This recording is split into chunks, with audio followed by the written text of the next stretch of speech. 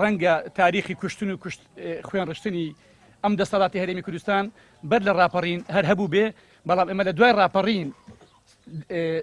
ئەوەمان بە چاوی خۆمان بینی و یەکەم سیناریۆ کە لەلایەن دەسەڵات لە هەرێمی کوردستان بۆ ڕۆژنامە نووسان و چالاکوانان دەستی پێکرد ئەویش سیناریۆی دروستکردنی شەهید سەردەج عوسمان بوو. ئێمە وەکو یاساناسان و پارێزەران زۆر متابعی قەزیەکەمان دەکرد تەنها ئەوەندەمان بینی لیژنەیەکی لێکۆڵینەوە بەیاننامەیەکی دەرکرد هیشام ناوێک گیراوە لە ڕێکخراوێکی تیرۆریستی گوایە فیتەرە لە مووسڵ شەهید سەردەج عوسمانی تیرۆر کردووە. پاش ماوەیەک جەرسەر دوای جەرسەر تەعزیل بە تەعزیل گەیشتە ئەوەی کە وەڵامی هیشام نکۆڵی کردووە دەڵێ من نیمە و سەردەشتم نەبینیوە و نایناسم و نازانم شێیە و باشە ئەو بەیاننامە لە ئەساسی سێ و بەیاننامەی دەستگا ئەمنیەکانی ئاسایشی گشتی دەرچوو. فەرماندەر، پیلانجێر، جێبەجێکار هەمویان دەبێت بە پێی مادە 406 لە یاسای سزاکانی عێراقی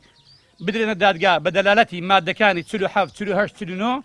ئەگەر بێت و ڕۆژێکدا بێت کە ئینشاڵڵە ئەو ڕۆژە شەر نێزیکە لە محکەمەیەکی عادیلانە ئەوانەی ئەم کاریان ئەنجامدای هەمویان دەبی فەرمانی لە سێدەردانێ بۆ دەربچێ بە پێی قانونی عقوباتی عێراقی ساڵی 1969. دڵنیابن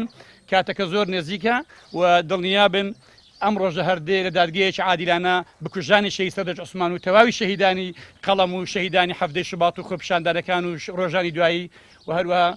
هەموو ئەو کەسانێک کە لەسەر داواکردنی مافی خەڵک زیندان کراون ئەوانەش ڕۆژان هەردێ تۆڕی خۆیان بکەنەوە